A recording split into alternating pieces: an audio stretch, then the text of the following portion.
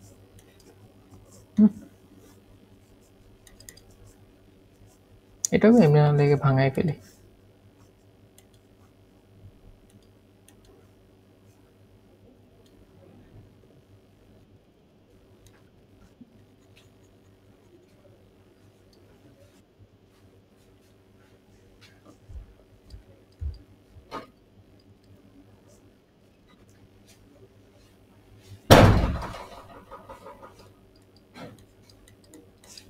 হুম। দেন পরবর্তীটা দেখ, 17 মিলিকে 1 থাকে জাস্ট পাই। তো এটা কি? ওইটাই থাকবে।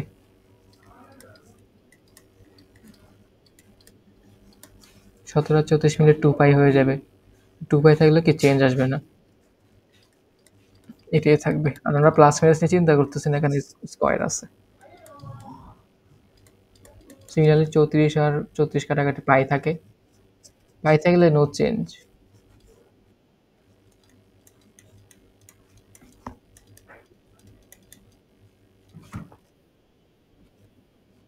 এটাতে চেঞ্জ আসবে।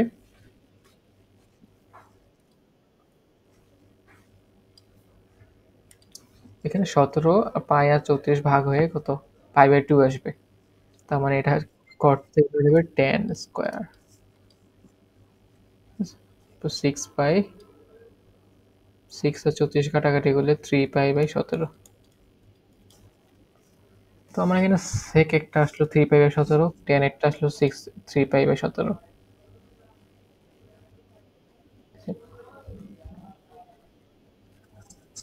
হ্যাঁ, এই দুইটা মিলে ইকুয়াল 1 লেখা যায়। তো আমি লিখে ফেলি।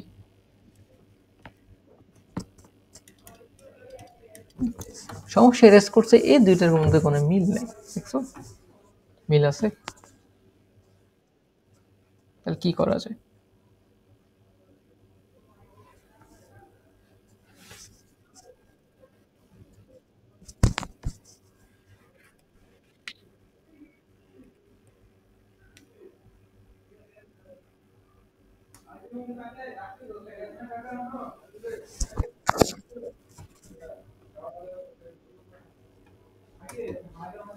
এটাকে আরো একটু ছোট করি।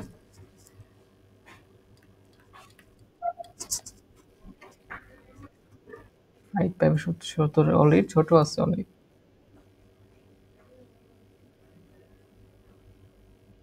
এটাকে ছোট করা যাবে এটা। এটাকে ছোট করা যাইতে পারে। এটার মতো বানানোর চেষ্টা করা যাইতে পারে। 2 পাইকে একসাথে রেখে দেন 5 পাই।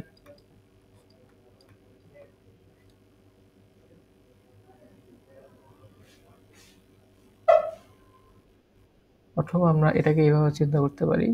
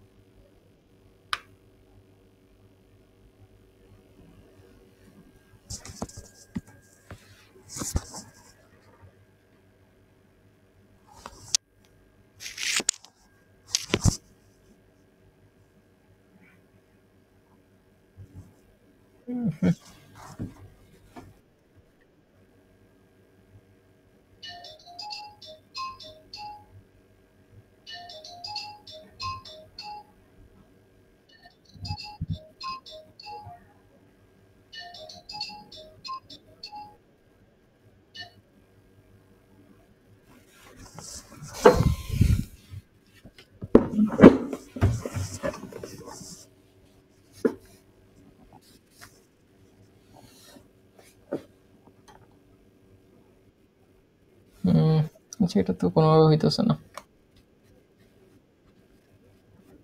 আমি একটু চেঞ্জ আনি এখানে। এখান থেকে 5 পাই আসলে নিয়ে আসার চেষ্টা করি। এখানে আমার কত ছিল? 41 পাই ছিল না? তো 17 3 দিয়ে গুণ দিলে, 2 দিয়ে গুণ দিলে কত আসে? 34। আড়াই দিয়ে গুণ দিলে কত আসে?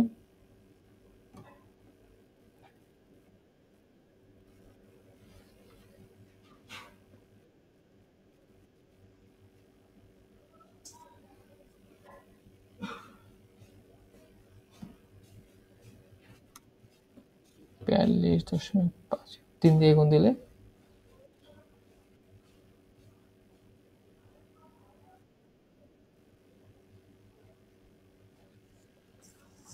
51 মাইনাস 10 যদি দিই, হ্যাঁ এটা আমরা 3 দিয়ে গুণ দিই।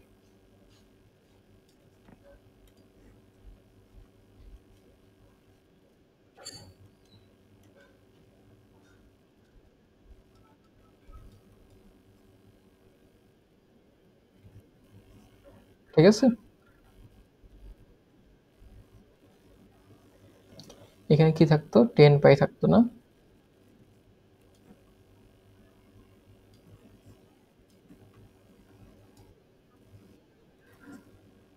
তারপর হচ্ছে আমরা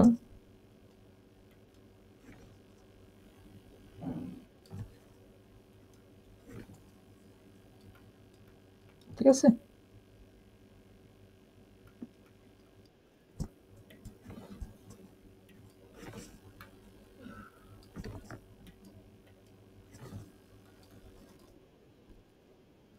ঠিক আছে?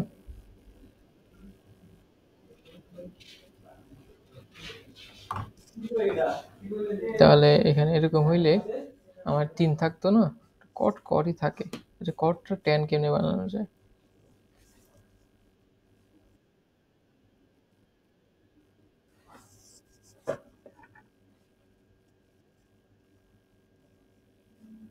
এবার তো কোনো ওয়ে নেই।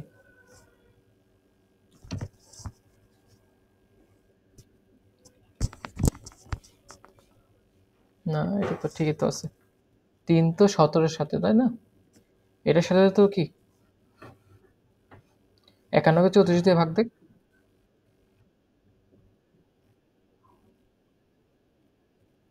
ঠিক আছে? এটা 10 হবে।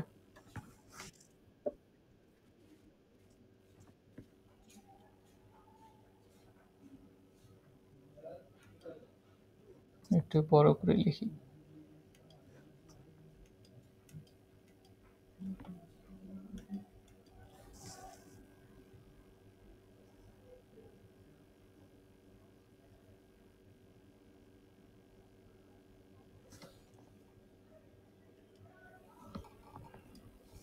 51 পাই বাই 34। 51 বাই 34 লিখলে কত আসে? 17 51 এর মধ্যে 3 বার যায়, 34 এর মধ্যে যায় 2 বার। ঠিক আছে? বা এটাকে লেখা যায় এভাবে।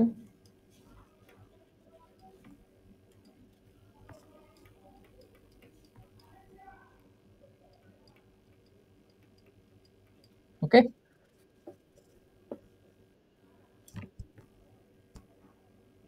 দেন পরবর্তীতে 10 হয়ে যাবে এখানে কট। কট হয়ে যাবে 10।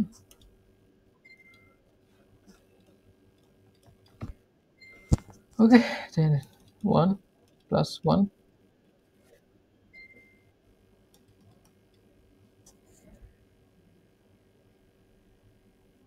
মাইনাস হবে না। ঠিক আছে? ওকে? হ্যাঁ,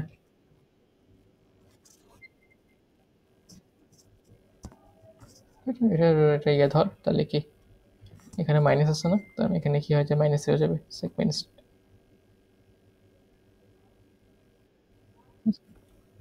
পরের লাইনে আর কি।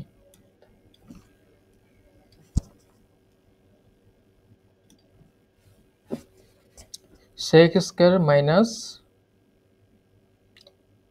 তাহলে কি tan square minus sec square আছে না? তো sec square minus tan square equal 1 হলে tan square minus sec square কি মাইনাস 1 ওইভাবে চিন্তা করতে পারোস। বুঝছ নাই?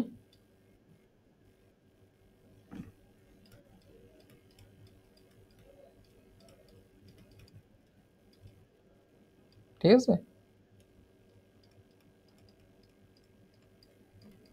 এটা না tan square theta minus sec square theta আছে তাহলে মাইনাস 1 হবে শেষ।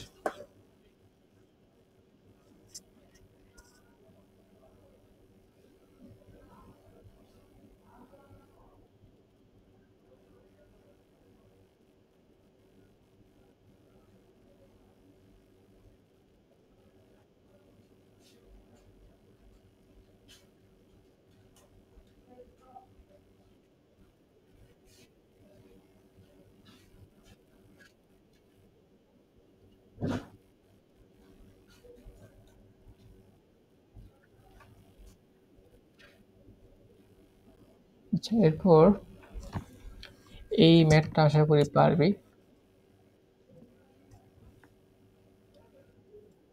এখানে বলছে কি cos ধনাত্মক, তার মানে কি সাইনও ধনাত্মক হবে, সেকও ধনাত্মক হবে। পারবি এটা।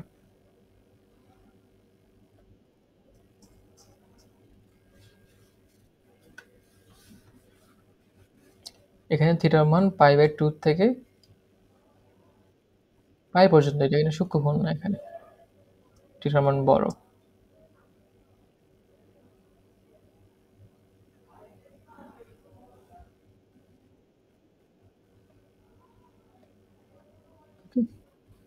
তো এটাও বাসায় করবি। এটা পারবি।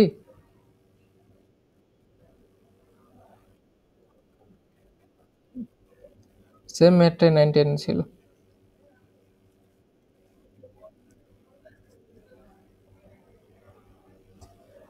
এই যে এটাও সেম।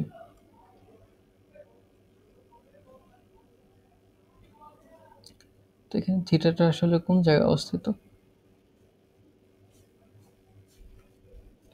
দ্বিতীয় চতুর্ভাগে, তাই না?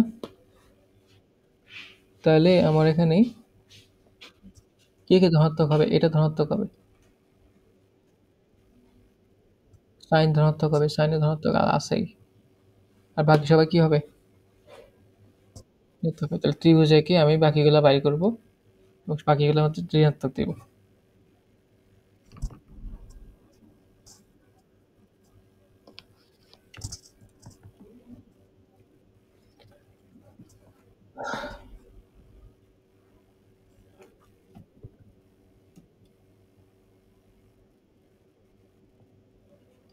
এগুলো করিস। আমি এটা করে দিই।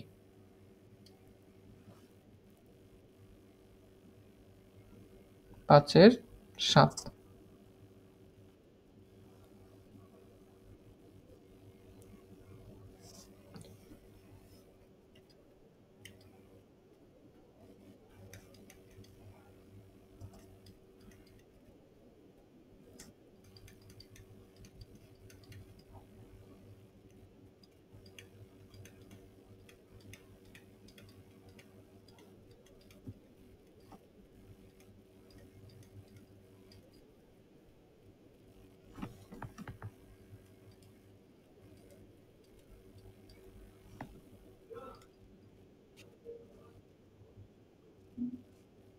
তো আমরা পাই এর মান বসাই দিই, তাহলে কি tan π/12।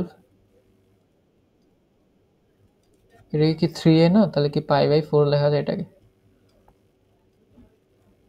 এটাকে লেখা যায় 5π/12, এটাকে 7π/12।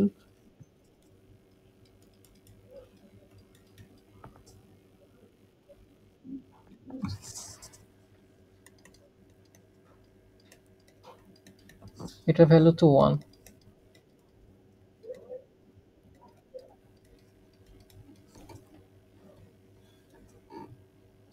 এরপর এটাকে ভাঙানো শুরু কর। tan 7π/12 কি লেখা যায়?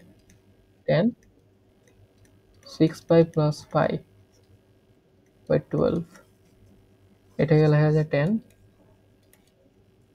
12π - π/12। tan π/12, tan 5π/12।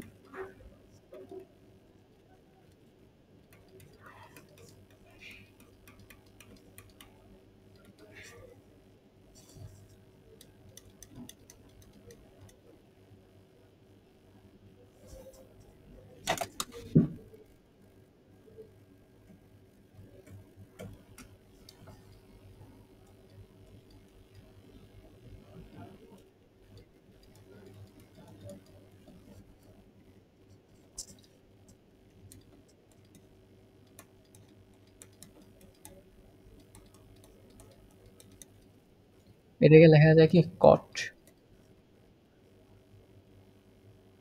π/12। যেহেতু দ্বিতীয় চতুর্ভাগে, তাহলে এটা নেগেটিভ। এটাকে কি লেখা যায়? এটা নেগেটিভ হবে।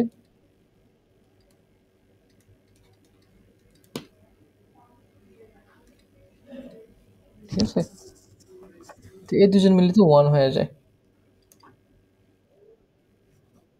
এই দুজন মিলেও 1 হওয়ার কথা। আমরা এটা যদি এটাকেও ভাঙাইতাম,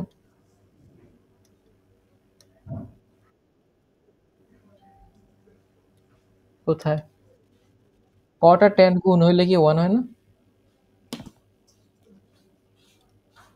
cot theta into tan theta equal to 1 না? কারণ cot মানে কি 1/tan, tan কাটাকাটি চলে যাবে।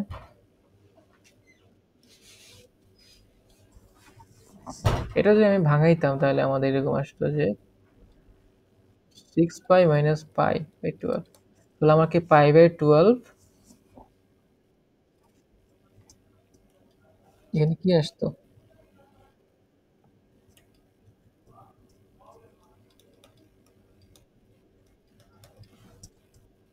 ঠিক আছে, এবার গুণ হয়ে এটা দুজন গুণ হয়ে 1 হইতো। তো 1 ইন্টু 1 মিলে হচ্ছে 1।